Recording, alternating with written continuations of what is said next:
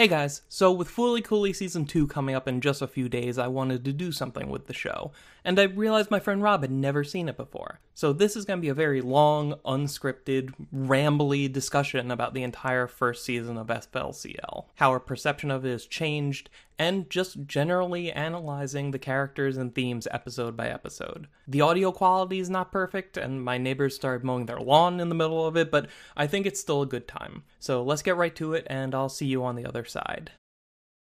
So you just watched Fully Cooley for the first time relatively recently, right? Yes, once they announced Season 2. I watched it, yeah. Okay, now before watching it, because this is one of those shows that's pretty pervasive throughout fandoms, I think. It was on Toonami forever for a while, so it's kind of surprising to me that you didn't come across the show earlier. I definitely heard of it, but I didn't know what it was. It's one of those things that I don't know, I never got around to it. Okay. I had no idea what to expect going in. And I watched it again last night, at the time of recording this. Yeah. I had the exact opposite reaction. I had a similar thing too, because I saw it back when I was in high school, and it was a mainstay of Toonami. And I kind of watched it wrong, because I caught it starting with episode 2, after they had already done all the establishing stuff. Yeah. And at that point, I was still thinking analytically about my entertainment, but strictly in terms of plot. Yes. I never, nothing, I never thought about, what does this mean, or what is this character thing, or what does this stand for? Absolutely nothing. I was all plot, forget everything else, I don't even know that exists. So, I rewatched it last night as well, and I watched it maybe a month or two ago. You rewatched it 2 nights ago, too. Did I? Yeah, maybe. Okay. I've come back to it a few times this year. Okay, yeah. And it was the first time since high school. I had absolutely no idea that this show was so much about adolescence and puberty. Yeah. That's all it's about. Yeah, no literally idea. All it's about. Because, if you had asked me at any other point in my life, what's Fully Cooley about? I would have told you it's this bizarre stream of consciousness story about this lady that hits you with a guitar in the head, and then a robot comes out of your brain, and if the robot eats you, it turns into a superhero, but which can become a cannon that fires you as a missile, and it has something to do with the giant factory on the hill that's an iron for some reason, and it's leaking mist. Yeah. If I was asked to describe this to someone, I would say, after watching it this time, the first time I would say that it's some weird robot bullshit that I hated. Yeah. But, this time, it's 2 people that feel abandoned after a loved one leaves them, and they feel left behind, and they find comfort in each other's company, and some other stuff happens too. Yeah, That's what the show is. This show is, the perfect example of we're using a larger-than-life cosmic story as the backdrop for a very small, relatable story, to the point that you never actually get details on the larger story. Yes. And I still can't tell if that's to the show's detriment. I'm not sure, because, until this time through, I always thought that Haruko was a criminal. Yes. I thought, she's got, that not gauntlet, the, It's just a bracelet with a chain on. Yeah, it looks like she was, shackled on a chain gang or something, and, I figured, she escaped, maybe she met Adamisk in jail or something, and now that they're both out, she's trying to find him, but, she's supposed to, I guess, be some sort of space police, and she's just dangerously obsessed. Mm-hmm. She fell in love. Because this show is just about love. Almost everyone in the show. No, I'm pretty sure everyone in this show is in love with someone that they can't have. Yeah. It's about unattainable love. She's in love with Adamisk, is that how you pronounce it?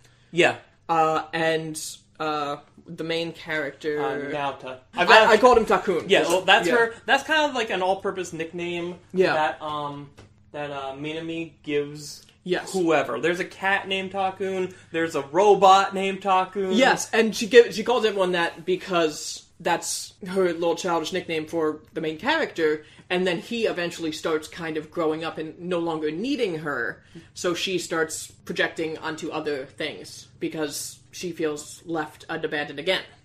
Fuck, this show's good. Yeah, and there's a more almost normal, smaller version of this going on with Nina Mori, the purple-haired Yes. girl at school. I have a note that says Nina Mori is the best, and this show should be about her. Yeah, they gave her an episode, Yes. which kind of made... like, the good and bad thing about this show is that it's 6 episodes long. Mm-hmm. We get 3 episodes in, we have a Nina Mori focus episode, and then after that, she goes back to the background. And I'm like, oh, man! Yeah. She does show up in the final episode. Oh, yeah. And there's kind of a little flirtation going between her and Takun, which I appreciated. Mm-hmm. So maybe we should just start discussing the show in order. Okay. I don't know how much value there's going to be in an episode by episode for this thing. Yeah, I don't, because my notes are kind of just a stream of consciousness. Yeah, let's just talk about it until we run out of things to say. Yeah. So it starts with Takun and how do you pronounce her name? Who's? Mamimi? Is it? Mamimi, yeah. Mamimi, okay. And they're kind of just hanging out, and it's really unclear, like, what their relationship is. It's clear that Takun has feelings for her. And it's also very clear that she's a lot older than him. Yes. I think they said 19. She's like, yes. she's 19, left back in high school. Yeah, at one point, some of Takun's classmates make a comment that says it's sad that she's still in high school. They do mention that they're talking about Takun's brother, who left to go to the United States to become a baseball player. He's the most important character in this show. Yes. He left, which made Mamimi feel abandoned. So she latched onto his little brother because he's the next closest thing, I guess. Yeah. And Naota himself misses his big brother, feels that void, and doesn't have anybody to fill it, so he kind of keeps hanging out with his brother's ex-girl. Were they dating, her and his brother? Yes. I think so. Because, he makes comments to her, like, doesn't he contact you at all? Like, it feels like they definitely had a relationship. At least it seemed that way to everyone. And her finding out that he has a girlfriend in America now was, like, a big deal catalyst. Yeah.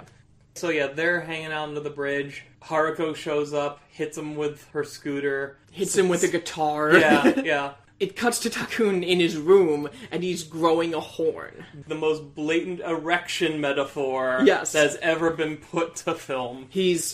For the first time in his life, he met this beautiful, strange woman from outside of this podunk town, and he's literally becoming horny. Yeah. Have we met his father yet at this point? Yeah, sure, why not? His father is, really... The worst.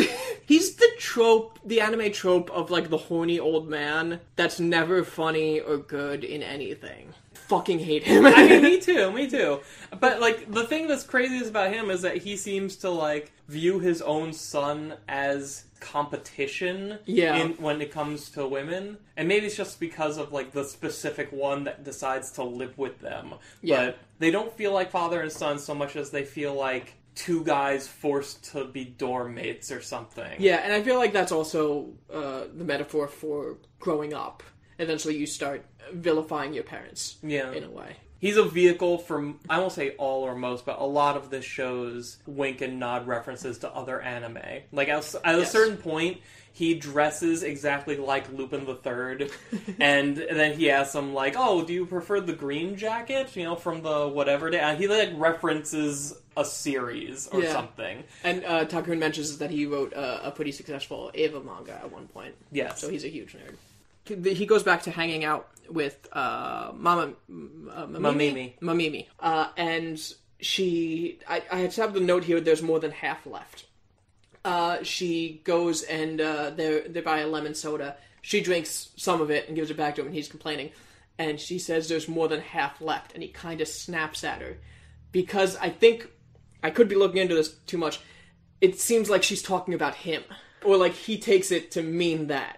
And it's my brother's gone, but I'm still here, Yeah. And this is kind of where he stands. Well, it's I'm more than just what he is, Yeah, his drink choice is also symbolic of where he is on the adulthood scale. Yeah, because he spends so much of the show complaining that he doesn't like bitter stuff, and I think somebody, maybe Haruko, calls out oh yeah, kids don't like bitter stuff. You like more sugar or something. And I know by the end, I think in the last scene, him and his friends are in high school at that point, and they stop to get a drink, and now he doesn't want the sweet stuff anymore. Yeah. And, towards the end of the series, he's drinking just straight black coffee. And at the end of this episode, he just takes a swig of the lemon soda.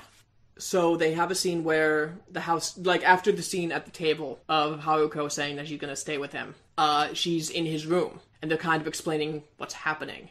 Because he's been hiding the horn under a bandage. And she says, I'm an alien, and like all this stuff. I don't think he really believes her. Yeah, I also didn't believe... Like, this is why I thought she was a criminal. Because I'm like, I don't believe she's really 19, like she says. She's claiming to be all sorts of things. Mm-hmm. Meanwhile, she's trying to seduce this child in his bedroom. Yeah. And then that all gets interrupted when Takun finds out that Mamimi was there, so he goes to chase her down and talk to her. He's frustrated at being looked at as a second choice to his brother. Yeah. He isn't sure how he feels about girls in general, let alone this one. Yeah. But he knows that he wants to be looked at differently. Yeah. So he just blurts out, like, he has a... Like, we don't hear the words come out of his mouth, but it cuts back to Haruko, who's reading his mail and dramatically reacting to, he's got a girlfriend! Yeah. And that cuts back to Mamimi reacting. She says, I'm overflowing, and it kind of looks like she might be having an orgasm. It's very sexual. And then his horn kind of pops out. I think a robot just comes out of his head. And a giant hand. Yeah, because the robot and the hand were... two robots were fighting. And one robot and the arm of the other come through. Yes. And that robot keeps fighting that arm. Yeah. The robot manages to defeat the giant hand. Haruko shows up and hits the robot, and it turns from red to blue. And then that's kind of the end. It then cuts to the household. They're all just eating breakfast or dinner like normal. And the robot is there doing laundry. Yeah, and there's this insistence throughout the series that nothing unusual or interesting ever happens here. Yeah. And I don't know, I'm not sure what to take from that. Because, clearly it's wrong, but is it just the way we perceive things differently when we don't really know how the world works? Is it just that you can get used to anything? Is it that when you're a teenager coming into all of these feelings and, changes that you have, a weird perspective on life? I think it's more of the last one. I think it's more that this is just a story about growing up. Yeah. But it's being told through these monster fights and things like that, even though it's just a story about this boy coming into adulthood.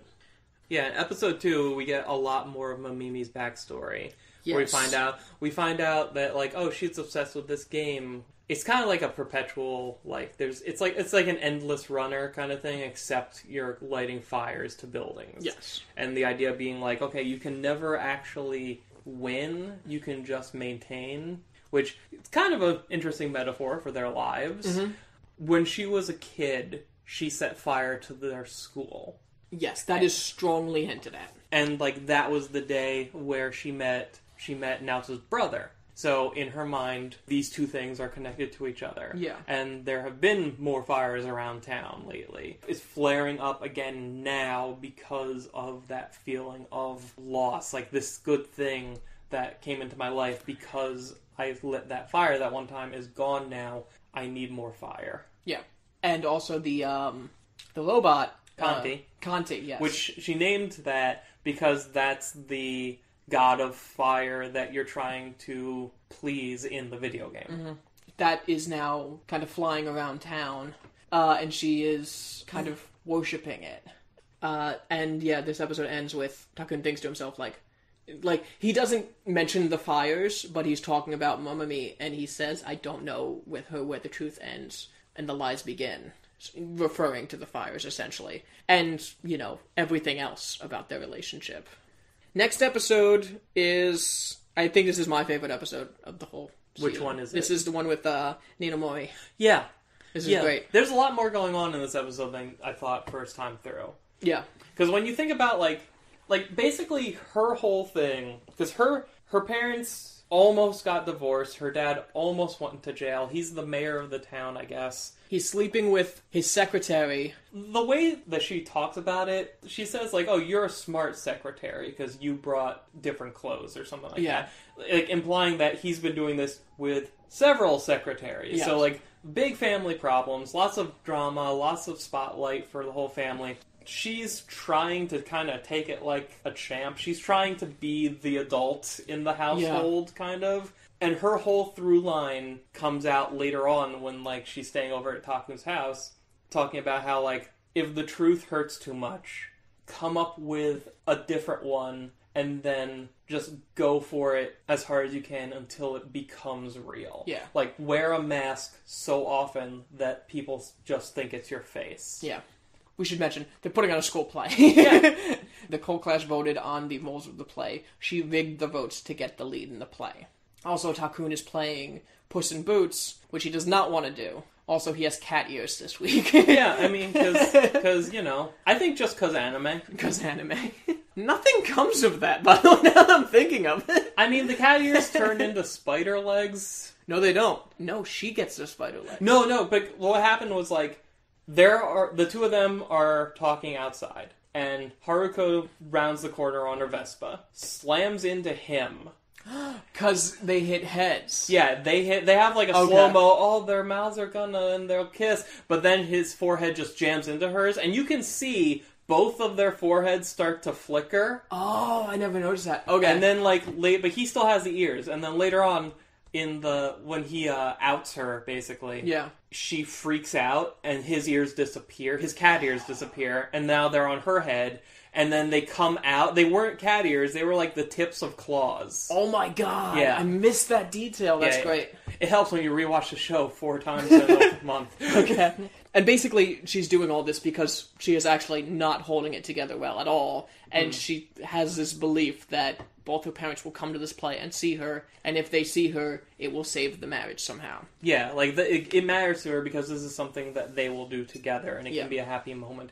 I also think it's her trying to kind of, like the cherry on top is that I can make this guy I have a crush on also be involved. Because it seems that's what I was, like, thinking the whole time. Yeah. I was like, oh, maybe they have a kissing scene or something, and that's what she wants. And it was like, no, my parents need to be the guy. I was like, okay, that's good. I still think it's in there, too. That's like, probably in there, I mean, after this point, she's blatantly annoyed that he's paying attention to these other girls. Yes.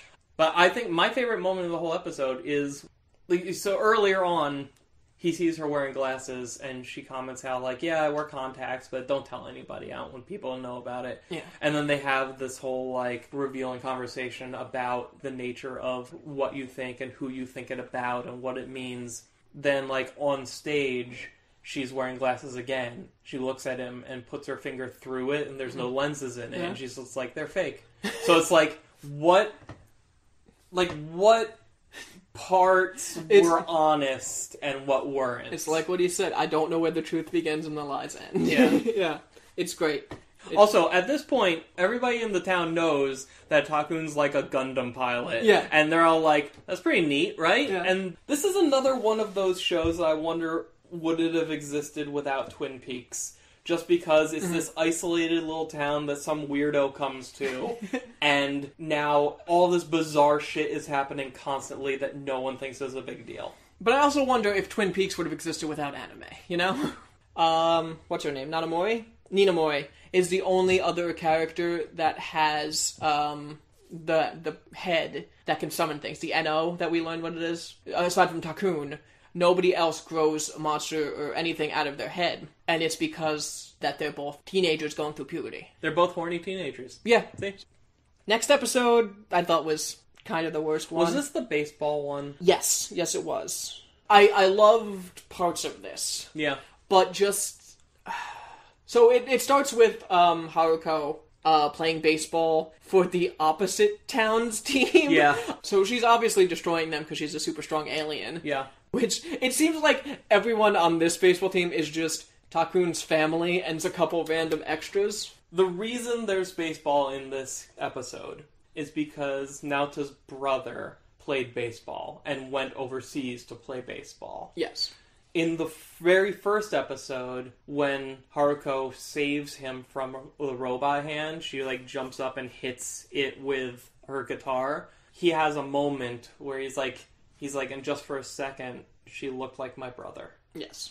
that also feeds into, like, how he feels about her, because, like, just like he and Mamimi are using each other as kind of like surrogates for the affection they have for his brother, he's now able to project some of that onto her. Yes. Which it probably really makes it sting watching her playing his brother's sport against his team. Yeah.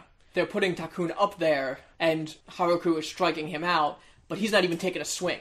Yeah. So, like, it's unclear, at least in the beginning of the episode, if he's not as good as his brother, or if she's just better than him. You know? And the other people on the team are like, oh, we wanted him because his brother's so good, so we figured he would be good, but he's kind of nothing. Yeah. And there's a scene, I'm not sure if it's when he won't swing, or a little bit later, Haruko takes him to the batting cages to coach him. Yeah. And Mamimi says, you're wasting your time. He's not the type to swing. Ouch.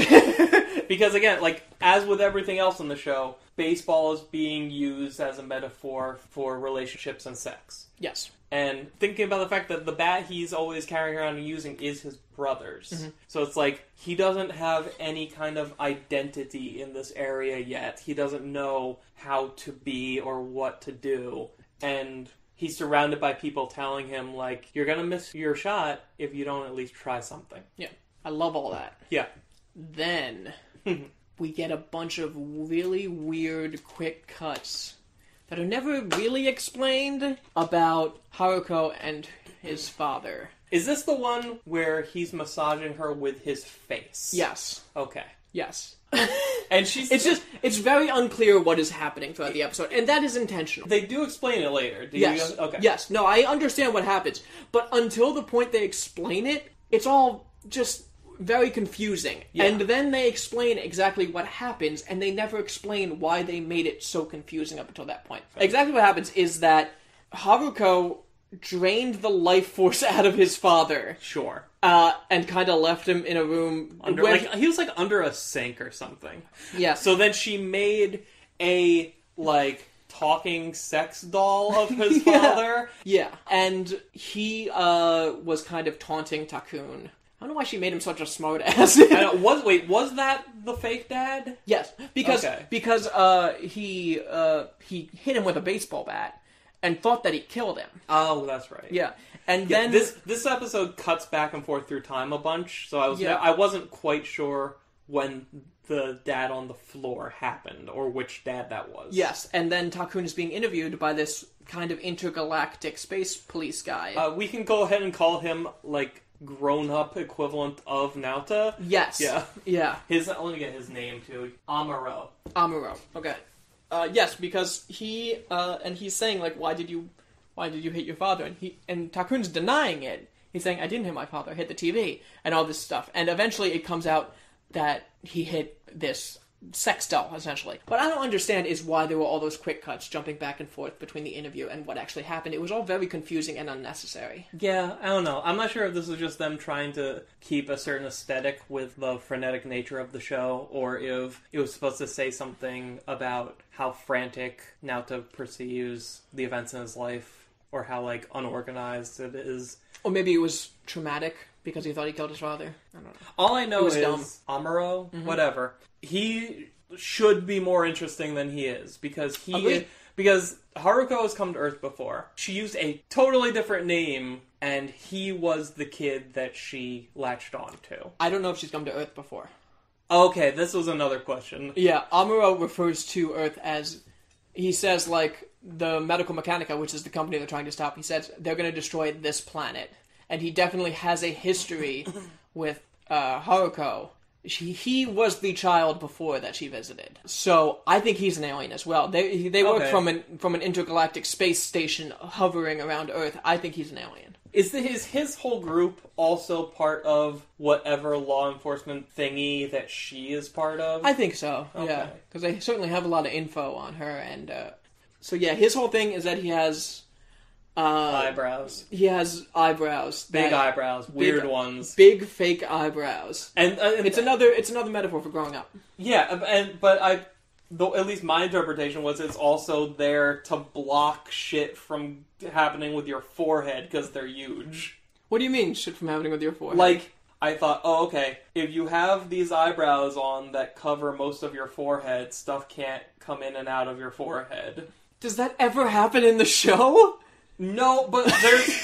Well, so, kind of. Kind of. Remember, like, towards the end, he gets knocked down, his eyebrows fall off, and Haruko starts, like, spinning her guitar around like a magic wand, and he's like, oh my god, where are they? Where are my eyebrows? But then, like, a little tiny guitar sprouts out of his head.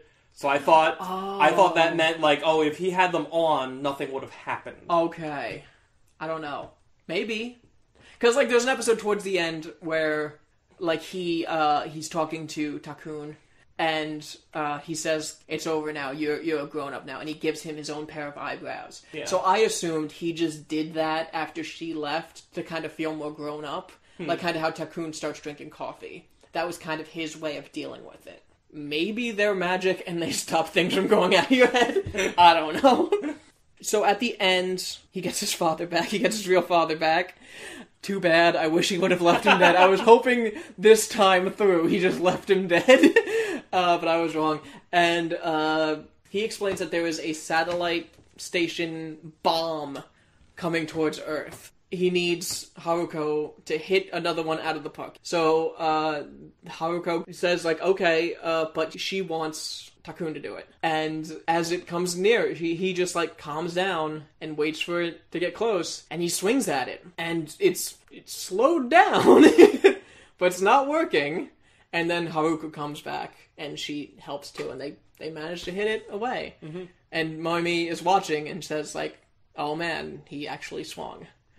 Remembering what she said earlier in the episode, and she's happy that the world isn't over, but she's disappointed as well. Takun is fighting his newly undead father for the love of Haruko. Who was dressed as a Nazi. Yes!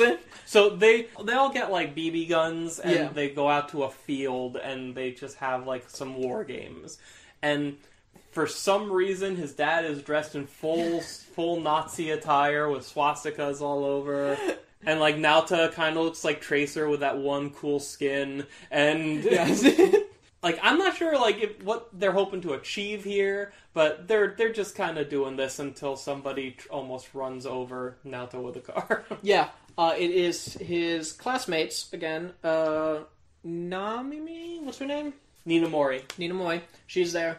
I'm combining everyone's name. No, I know, it's fine. Nina Moi is among them. She has a new haircut, which is really cute. She has a new haircut, and she won't stop filleting an ice pop. His reaction, once he sees them, is to hide the fact that he was playing this war game with people and send Conti away. Yeah. Because I think it's because he sees his friends doing a better job of being adults than he is. Because they have, like, a part-time job. They're driving a car. They're over here adulting. Yeah. While he is playing games with cap guns like a little kid. The current form his head is taking is like the trigger of a gun. Yes. And he's being... Well, he's entering the stage. I'm trying to choose my words. he's entered the stage now where he's always been unsure of how he feels about anybody, and even if he did know, he's been too afraid to act. Mm-hmm. But now he's had this fantastic experience with Haruko that's taught him, you know what, take your shot. Yeah. Which, again, gunhead, take your shot. Yeah. And so he goes to Momimi, and he's basically trying to confront her about, like, look, I know you like me, and I like you too. You like me, right? And she like, doesn't answer and kind of gives him a look. Because he's taking her hand and dragging her to a restaurant. He's like, come on, let's go in here, let's get some drinks. He's like, we shouldn't be doing this. I'm too old for you. You're a kid. He's like, come on, what's the problem here? And then he goes to kiss her, and she backs away. She gets, like, the head tilt. And then the trigger, like, snaps back into place. Yeah, like, the whole like, head erection metaphor for, like, because it's happened before in prior episodes where, like, he's lying down or something and it pops out the back of his head and forces his, like, face into somebody else's. Yeah. So it's like, yeah, you don't understand this and it's getting you into trouble. Mm-hmm. So, a giant man in a trench coat with with 5 arms. I mean, it is literally a hand upside down with a head on top where the wrist would be. Yeah. And some of the fingers are arms holding guns. Yeah. And he's wearing a poncho. I don't know if you noticed, but like the ends of the fingers also have hands. Yeah, they each have 5 fingers. It's very weird. Yeah, each finger has a hand with 5 fingers. Yeah, and they're all holding guns. Yes. So it's... That seems fine, right? Like, I feel like people who are listening to this who have not seen FLCL are like... Enraptured, I agree. Watch FLCL. But anyway, it starts kind of tormenting the city and making its way towards the giant iron. Yes, the medical mechanica building. Yes. So Haruko and Kanti go to try to stop it. He almost instantly gets eaten by Kanti, so they transform. Well, this was one where Mamimi is freaking out, crying out for his brother to save her. Yeah. And he's like, what are you calling for him for? I'm right here. And then he's the one that calls Kanti down. Yeah. And then, like, before he climbs into the big monster mouth, he says, like, look, don't call me Takun anymore. That's not my name. I'm the one that's going to save you. Not my brother, me. And then he gets in the robot. Yeah. Even though they're only in danger because of him. Yeah. So they go, Haruko and Kanti go and fight this thing, and it's a tough fight. It is. It's Yeah. also one of like the most blatant classic anime Easter eggs, which I can't remember the name of it now, but there's like a really, really old anime like OVA where this girl in like a red bunny suit is on like a flying surfboard fighting giant robots, and that's just what Haruko's doing, except she's on a guitar. Eventually, they end up winning. They shoot a giant hole in this thing's chest, and it lands as a hand about to grab the iron. Is this when Adamisk comes out? Like, what happens with him? This is the one where they're fighting, and he pulls the guitar out of his face. Okay. It's Adamisk's guitar. And then Naoto falls out. Haruko is looking at Kanti, and they kind of say, like, it is you. Like, they realize that this is the Pirate King Adamisk that she's been looking for, and they kind of fly off together. And then that's the end of the episode. And I mean, and we should say the reason why she's hanging around Naoto so much is because not everybody's head can make an effective wormhole, but his is really good at it. Yeah. So what this is like sometimes conditions are right and he can kind of open a door and kind of start to pull Adamisk through. It's not very well explained. It's not. But that's not the focus of the show. Yeah, this is the larger story that we're not seeing. Yeah. Also, the guy with the black eyebrows, the one who... So, at some point, he yells to Haruko, what does that kid have that I didn't have? He never got over his own feelings for her, which I thought was a really nice detail that even as an adult who's supposedly, like, moved past this, he's still following her around, and he's riding a Vespa of his own. Yes. Yeah. That's his love that he can't attain. Yeah. Naoto comes home, and it's the same scene as from the first episode. Haruko's just sitting there, and it's like a manga panel. And they break the fourth wall here, which is weird. This was a little too far. The father asks Naoto, what does fully coolly mean? Like, you're the main character, you need to know. Like, come on. It's a bit much. While all this is happening, Mamimi, she's been depressed because she not only lost her boyfriend, but she lost Takun. And then this cute little robot thing comes up to her. It kind of looks like a little... When it starts, it looks like a little mouse or something. It's almost like a little table. Yeah. And it likes... What is it? It eats her cell phone. It tries to eat her cell phone, but she is contemplating calling her boyfriend in America. Yeah. And, like, she's, like, opening and closing it and stuff like that. And then, like, she drops it, and he wants to eat it. And she's like, no, that's his number. Then she lets it. She says, you can eat it. And this is the point where her world becomes about revenge. Yes. She has a revenge list. She has a revenge Which is great. She has a revenge list and a killbot that likes to listen to her. And she names it Takun. Of course. And she basically just rounds up... She goes back to school, I guess, and steals everyone's cell phones somehow and just starts feeding it to this robot, and every time it eats something, it gets larger. Yeah. And eventually, it's like the size of a van. Mm-hmm. And now it's starting eating Vespas. Like somebody rode past her on a Vespa and splashed I think it was eyebrows. Oh, was it? I think so. Okay. She's like trying to pull on its leash, and Naoto's friends say like, "Hey, it's that weird girl." And that Naruto dumped. Yeah, she gives them a look, and the dog bot gets angry at them and is going to like go eat them, and she's yelling like, "No, stop it! They're not on my list." It just eats their truck. Yeah, it eats their truck. It becomes ginormous. Yeah. It just wanders into Conti, who's like helping some kids cross the street or something. Which one's Conti? The robot with the TV. Yeah. Come on, I know we've been talking about this for a while, but come on. Yeah, okay. Yes. Conti's the best. And it's trying to attach itself to the hand. Because this is the giant hand that's trying to grab the iron. Yeah, this is the piece that's missing. Yeah, this is the terminal core. This is the thing that can plug that hole they hid in it to turn it on and make it do its thing. Yeah. And it assimilates... Does it? Yeah, it assimilates Conti and becomes this weird, like, walking around worm thing.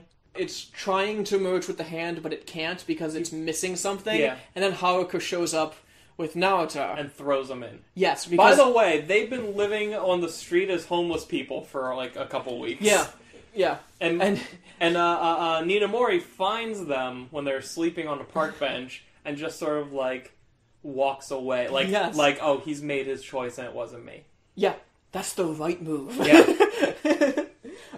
So there's the scene where they're up there, there's a giant worm monster behind them, and Naruto is literally standing between Haruka and a death beast. And eyebrows. And eyebrows. And he's... adulthood. Yeah. And he's like, you cannot trust her. Do not listen to her. And it's like, it's so good, because he's looking at his future. It's like he's throwing away everything, but he doesn't want to grow up, you know? Yeah. And he turns, and he goes with Haruka. And she tosses him into the mouth of the creature. Yeah. And in here is where we get the explanation of like, oh, Medica Mechanica, their big iron factory is on all these worlds, and then the hand grabs them and irons out the wrinkles in all of our brains, so we can't think. Who cares? It doesn't matter. None of that matters. So there and there now. The hand goes to reach the iron, but somehow Conti and Naruto, they're outside of it now, and they're blocking the hand. Like hatching out of an egg, Naoto comes out of Conti's TV face. Yeah. But he's glowing red, and he's holding two guitars. One is Atomisk's guitar, and the other... I don't know what the other is, but he has two guitars. And basically, he has taken in himself entirely all of Atomisk's power. Yes. At which point we get a strange line from Haruko, where she says something to the effect of, like, that's my power, I wanted to eat him. And I'm confused. I thought she was in love with Atomisk. I think she's just she's dangerously obsessed. Yeah. Like, I love you so much, I have to kill you, kind of obsessed. Yeah. And they have a big, crazy Dragon Ball Z fight for a few seconds. Yeah. She's on the ropes. He's, comes in for, a kill shot and then stops and just tells her, I love you, and kisses her. And that's kind of it. Well, as soon as they kiss, a giant red bird emerges from them. From his head, yeah. Yeah, and they... Which is Atomisk. Yes, and it destroys the hand and everything. Yeah, it picks up the iron and drops it. Yeah, and it flies away. Yeah. That kind of saves everything. And now it goes back to normal now, which is nice. And, after this is when we see, a few months later... Well, first, Haruko talks to him. Yeah, she's going off to keep chasing him, and... Yeah, she says, I lost him because of you. And she said, hey, you want to come with me? Second thought, you're still a kid. Yeah. She's probably, thousands of years old. Yeah, probably, yeah. So, she flies off into space. She flies off into space. Mamimi who's been taking pictures of stuff this whole series. Like, she moved away and became a photographer. Mm-hmm. I think Kanti's still there. I don't know. Kanti is still there. They show him, like, doing laundry again. Naota is just free to grow up. Yeah. You know, like, getting... He does pick up the guitar. One of the guitars. Yeah.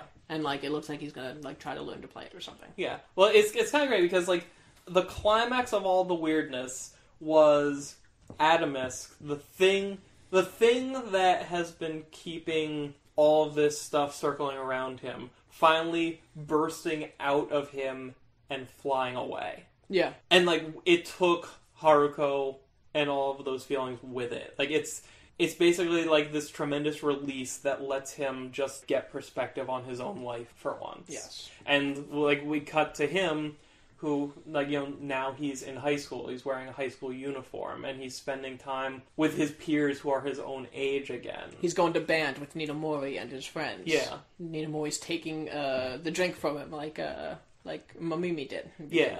And this time, he wants the sour stuff. Yeah. And the last scene of the show is the guitar in the corner of his room, and one of the strings plays itself. Which I think... I don't know what that means. I think that's a guitar Haruko left there. Oh, could be. I'm not sure. Well, I think it was the guitar he picked up at the scene. See, I saw that as... When he picked up the guitar, and I saw that as him learning the guitar, I saw that as he's not over her. Oh, yeah, definitely not. Yeah. But I mean, like, who gets over their first love, especially that quickly? That's true. And also, was that one of the guitars that he pulled out? So, like, is that his guitar? You know, I don't know. That guitar part of him? Yeah. Do they turn into regular guitars after you pull them out of your face and they're lasers? I don't know. Are they? I mean, if they come through a wormhole, they had to come from somewhere. That's true. Is there just a music store being robbed every time he does that? I hope so. I hope so. My question is, what is the next season going to be? My question is, how much time has passed? Yeah. Just from trailers, we know Haruko is coming back. But beyond that, all of the characters I've seen are new. Great. I don't know if it's the same town. I have no idea. Okay. I don't want any of the same characters. I almost want, like, to see what Persona does with this stuff, where, like, you play Persona 4, you get to see, like, a couple characters from Persona 3 and what they went on to do. Yeah.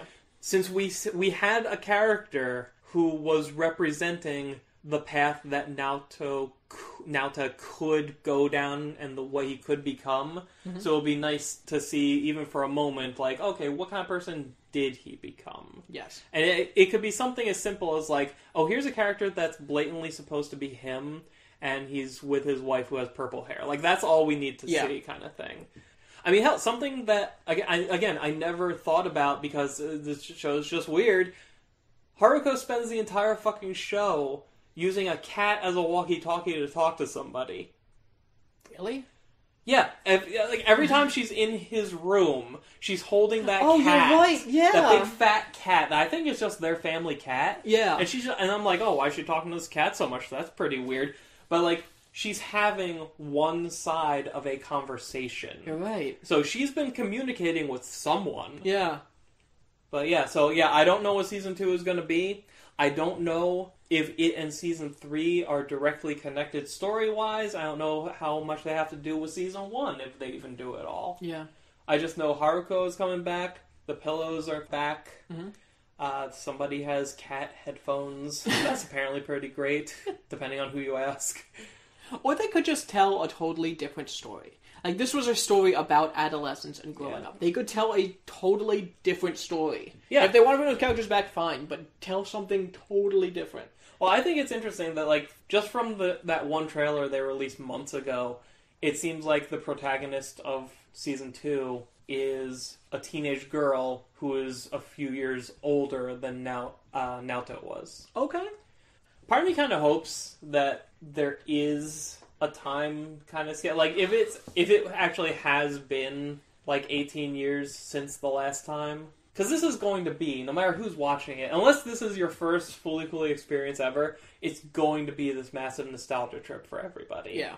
Because for a lot of people, like... Not me, but yeah. Oh, yeah. Back in the day when you saw this, yeah. Like, for so many people, you ask them, like, okay, what got you into anime? There's going to give you, like, a short list. and this show's probably on it somewhere. Like, if you're of a certain age, so many people of my generation in this country who got into anime at around the same time did it watching Dragon Ball Z, Gundam Wing, Rurouni Kenshin, Cowboy Bebop, maybe a little Trigun, and this. Yeah. It's on the anime Mount Rushmore for so many people.